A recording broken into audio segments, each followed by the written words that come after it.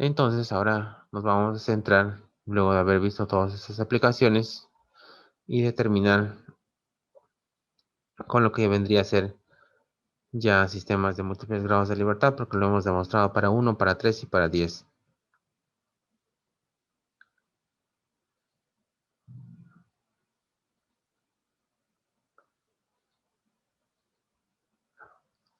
Vamos a centrarnos ahora en lo que es la parte de introducción a la ingeniería de control estructural.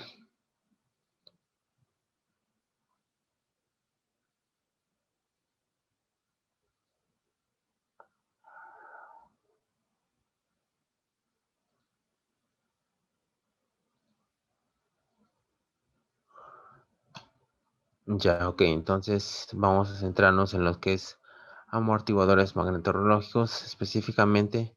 Sistema de control puede ser de lazo abierto y lazo cerrado. Hay un ingreso, un sistema de control, una salida. Eso es lazo abierto. Hay un ingreso, controlador, proceso, luego medición, nuevamente controlador, proceso, y hay una salida. Eso es un sistema de control en lazo cerrado.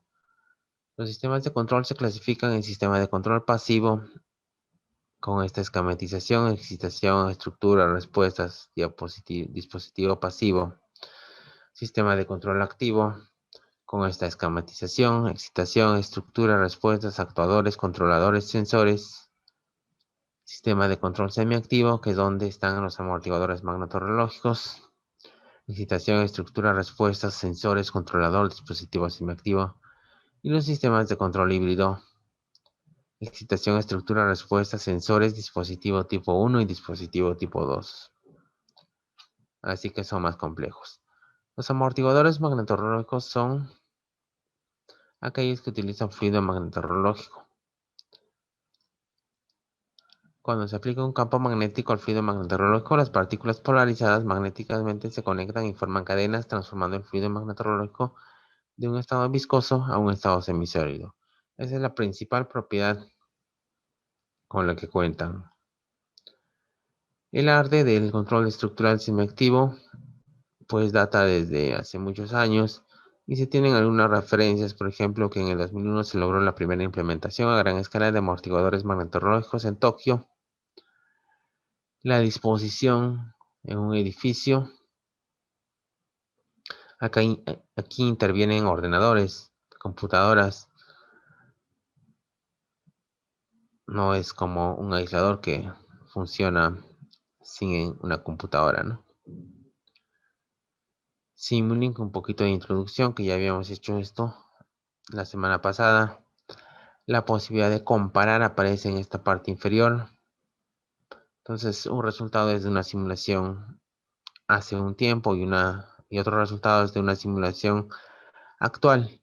Eso es importante. Los gráficos siempre van a ser importantes. No se pueden guiar solamente por el valor máximo, el valor mínimo de una simulación. Los gráficos también juegan su papel. La identificación de amortiguadores magnetorológicos se refiere a lo que se hicieron en laboratorio. En este caso se hizo en laboratorios de universidades de Estados Unidos. Y son algunas imágenes referenciales y disposición del ensayo. Se puede observar también por aquí. Marco de prueba, actuador hidráulico, celda de carga, amortiguador magnetorológico. Entonces, estos resultados aportan gráficos importantísimos como tiempo versus fuerza, desplazamiento versus fuerza y velocidad versus fuerza para diversas corrientes de 0, 0.5, 1, 1.5, 2 y 2.5 voltios. Entonces, esto es lo que hay que lograr con el modelo matemático que proponen los investigadores. Esto es lo que hay en el laboratorio. Entonces, el modelo que proponen es, por ejemplo,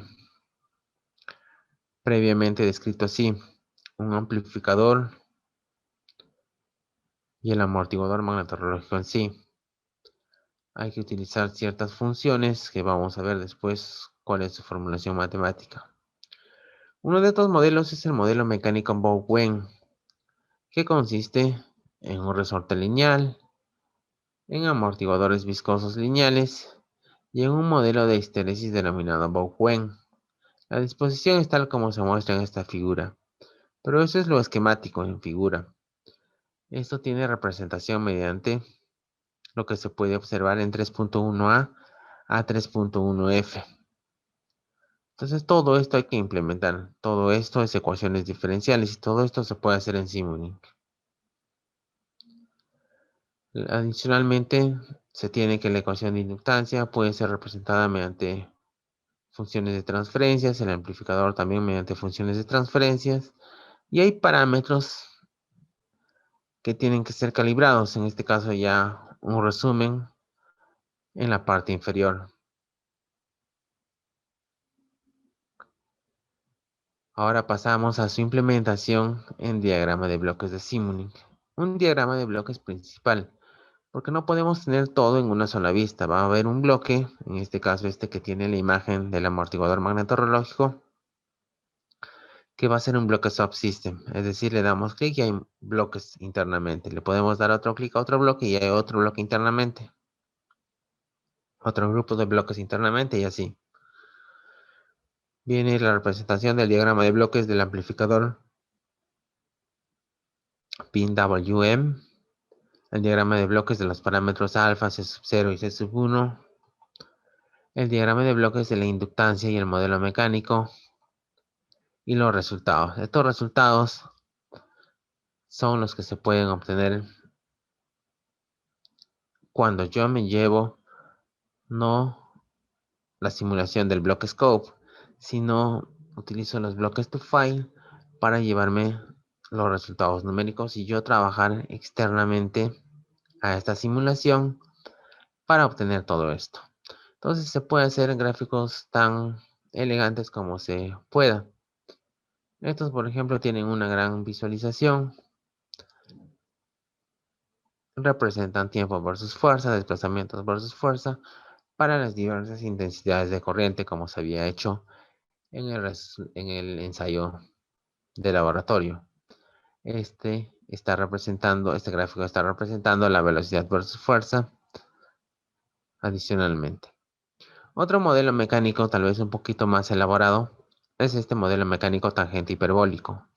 Tienen su formulación resortes elásticos, una masa m sub 0, amortiguadores viscosos y la fricción de Coulomb también está presente por aquí.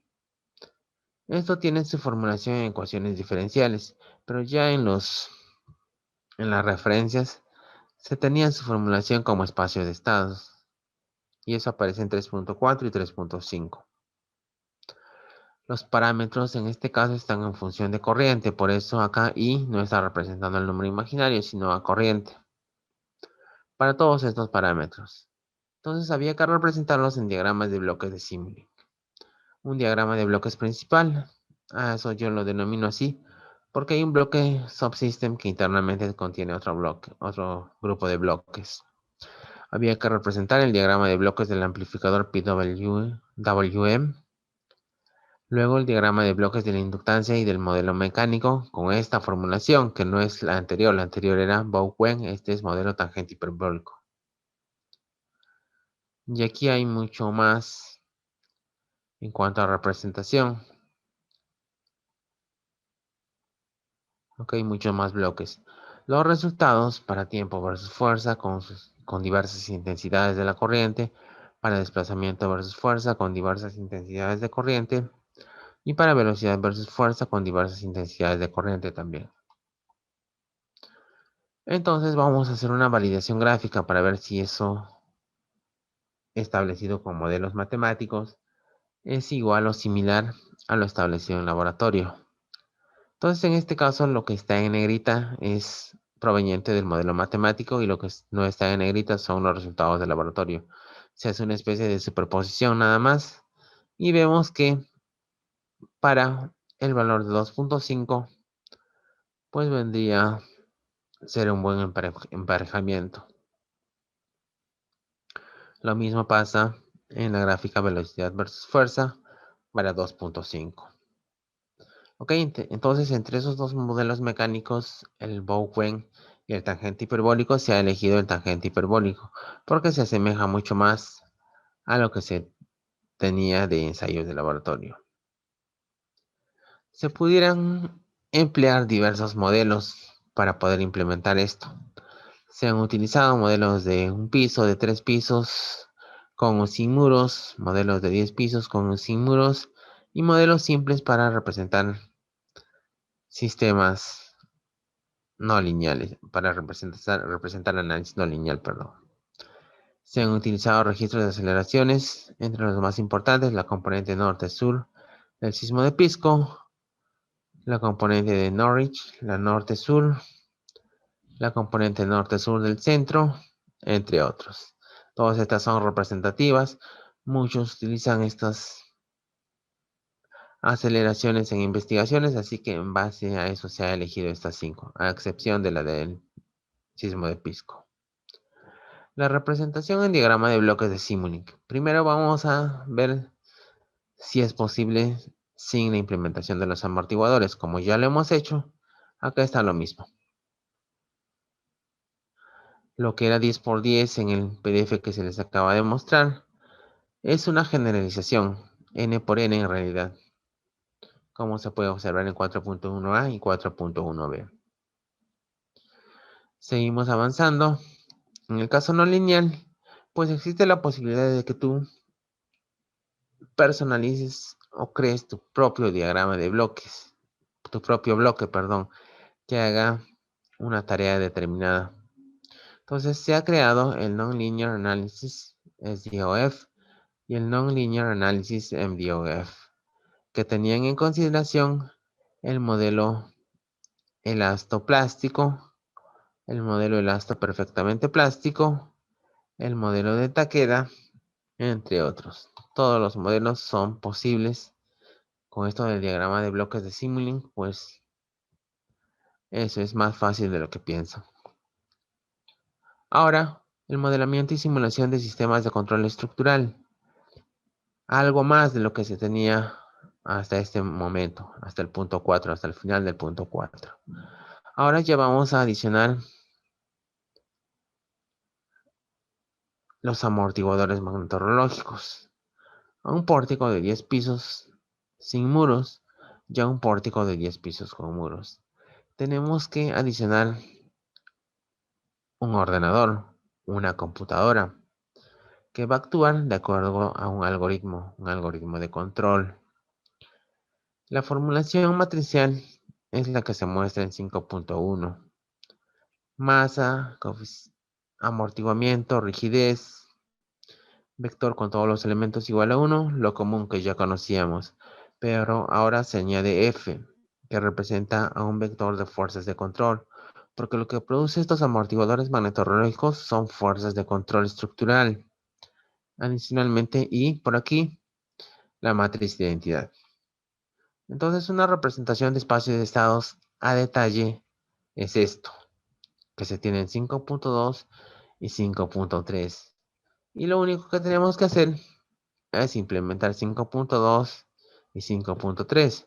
No hay por qué asustarse porque simplemente esto una vez que tenemos masa como matriz, una vez que tenemos matriz de rigidez, matriz de amortiguamiento, pues es simplemente como en los ingresos anteriores.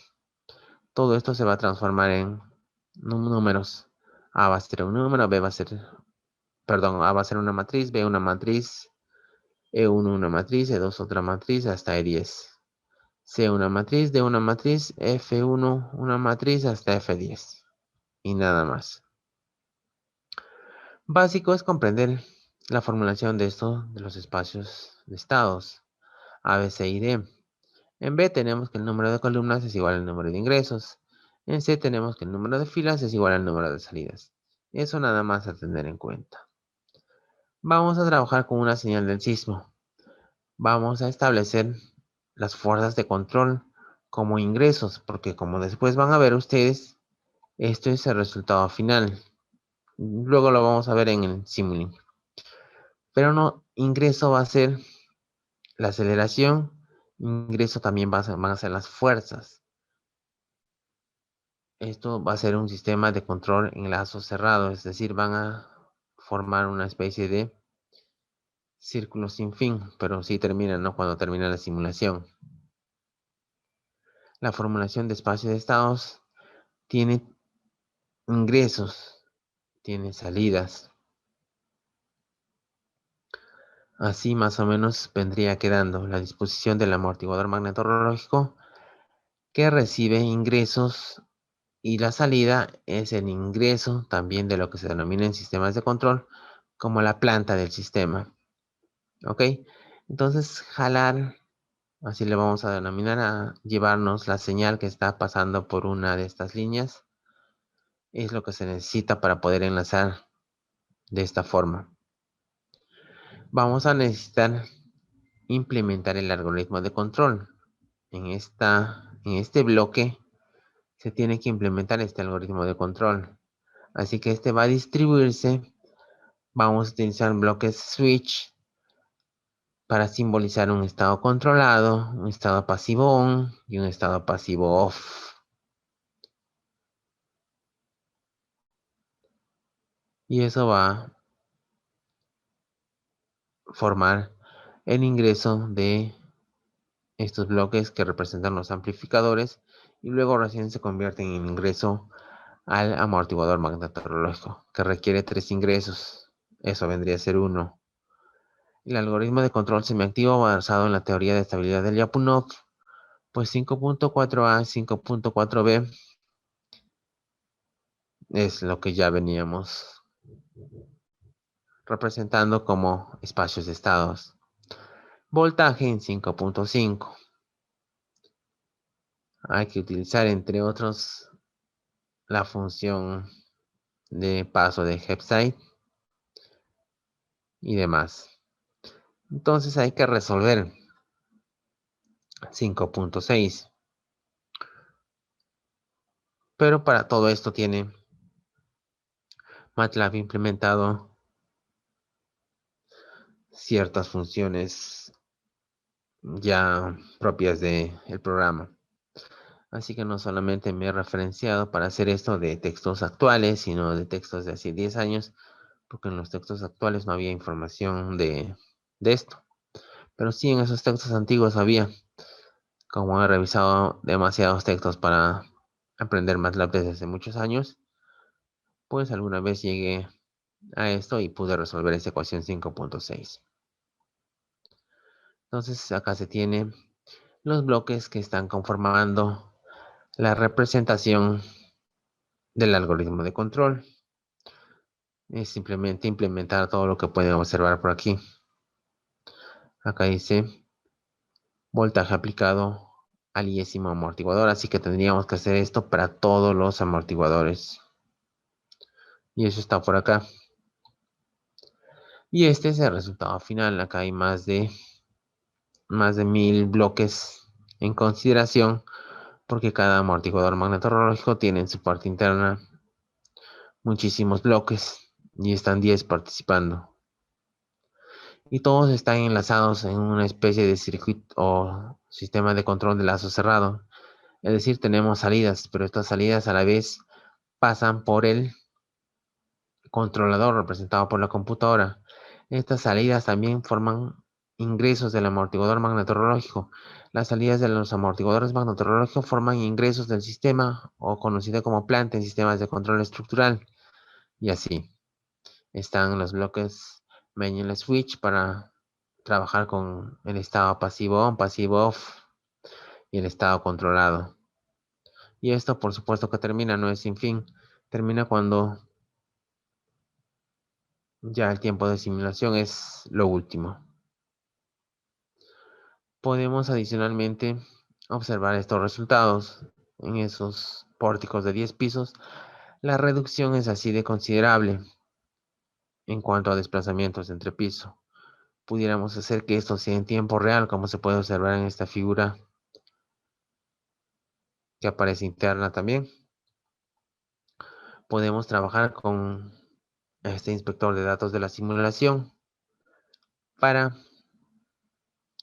realizar comparaciones, porque pudiéramos trabajar con comparaciones anteriores pudiéramos adicionar todo esto, porque no es solamente comparar desplazamientos, velocidades y aceleraciones y te reduce eso, ya está, ¿no? Sino que hay que implementar mediante un poco de programación lo que es las distorsiones de entrepiso o derivas de entrepiso, las fuerzas cortantes y los momentos flexionantes. Entonces allí también se tiene que mostrar esta reducción. Y esta reducción ha sido muy considerable, como se puede observar en todas estas figuras, para cada uno de los sismos que se ha trabajado, con el que se ha trabajado.